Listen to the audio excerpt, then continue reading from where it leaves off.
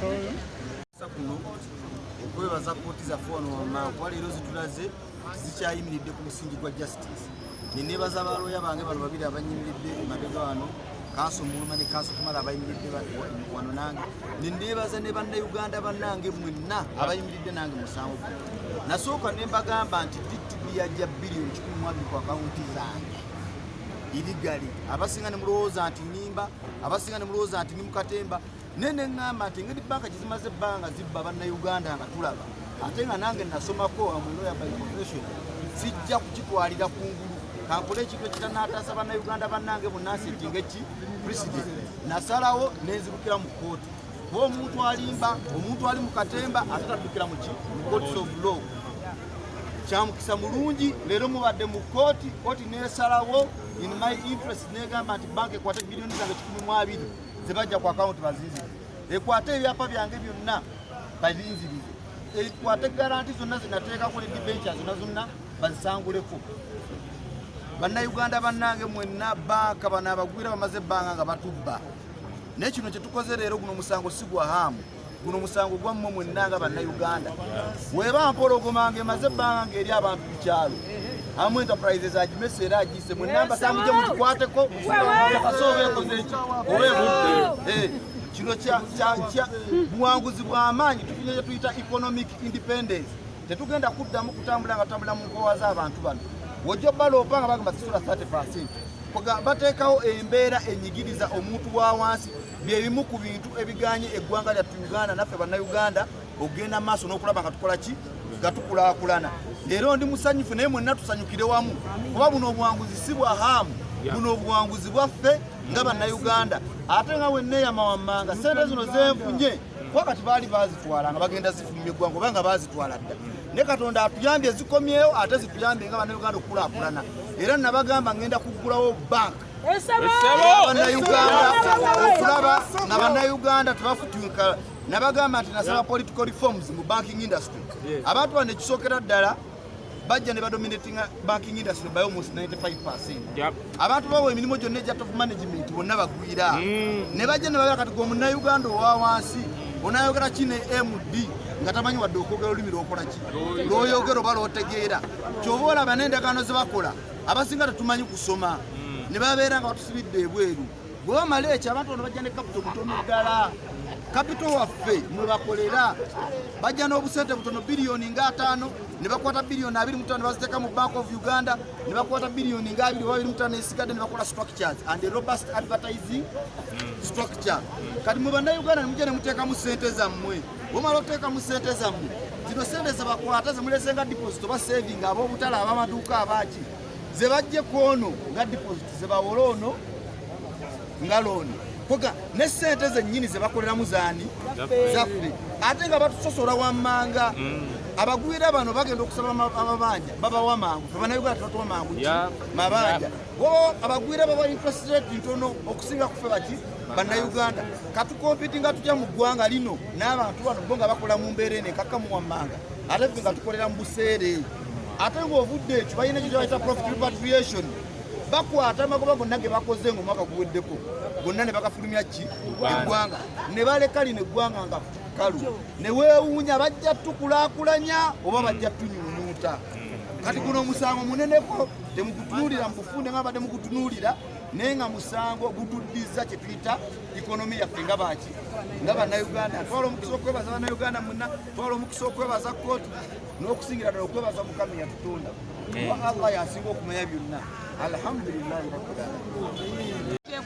Olw'ensonga nti babadde bamunyigiriza babadde bamutulugunya naye kino kigenda eri buli munnansi wa buli munnayuganda yenna. Twetaaga bank reforms buli munnayuganda lwansonga ki nti abantu bangi babajjako ssente ku akawunti zaabwe nga tebamanyi.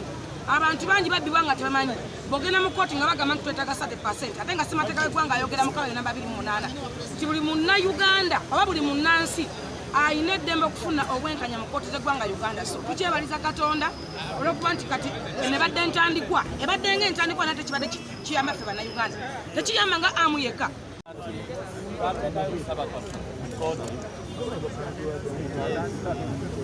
Omwezi nga gugwise twali tuwakanya ekikolwa kya Diamond Plus Bank okwekobaana okwenyigirira ku bumenyi bw'amateeka okukola bizinesi ya banki tebagonderere mateeka ddala banki ezenya twali tusakanya difensi balagazibakola bizinesi wano okukola sente ya banki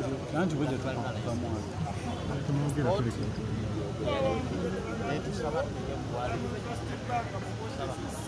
tusaba bateekamu nebujjukire nti Ham Enterprises yajja ku kooti ng'egamba nti banka yamala ebbanga lya myaka nga ejja sente ku akawunti yaabwe nga tebamanyi esente ezo omuwendo gwa sente ezo kati gwa $3 esente zaawo za Uganda miliyoni 3.4 twali okusaba kooti naye twasooka ne tusaba kooti esookeddewo difensi yali obumenyi bw'amateeka twamaze okuteekalesa ku kisolo kyaffe nga omanyi kooti erako olunaku lwaleero ejja okusomera kituddeo mu kooti kisuulidde kooti ebizaganyiza naffe difensi ya banka eri oba yali obumenyi bw'amateeka n'olwekyo tewali nsonga lwaki sente zetwasaba tebaziwa tewali nsonga lwaki ate tudda mu kooti okuwoza wabanga tewali difensi kyoba osabye kooti kyekuwa so n'olwekyo tuli basanyufu nnyo tulowooza nti okusalawo kwa kooti kwamaanyi nnyo guno omusango gwa byafaayo olw'ensonga nti kirabika banka zibadde zijjanga zikola mu ngeri y'okumenya amateeka mu ngeri y'okunyigiriza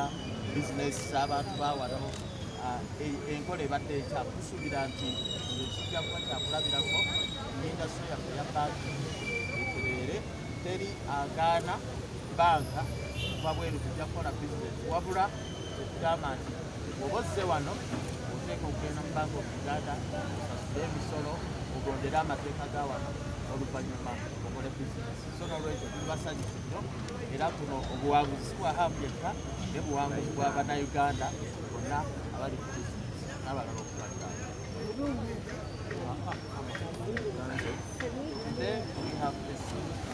okimanyi ekyo omusajja akubye zonna banka z'abagwira ziridde nga binyeebwa ekyokubiri yatugamba kasita wangula omusango agenda kugulawo banka ye ekyokusatu akwate biliyoni 2 aziteeke mu ssako z'abannayuganda celebration ogimanyi eri wano ogimanyi kaye omuntu yenna owataano ku 10 tokubira kaye ali kuyiika ezi mayirezi ne convertible byonna yabikyusiza ambye ebyo byonna tebiriddamu kubawo Smith muli bampalana sente yatugatta okimanyi ono eyaleeta regimu ya change mu blogging waliwo omuntu ekintu kyakusinga ne tukkiriza naye wali wagaana okukkiriza nakkiriza naye okumanya simu kamera nempale n'essaatu yambala mpya olina n'abategeera yabadde mu ngatto ndala leero bannange kiki kyemuliko tubalage empale kiki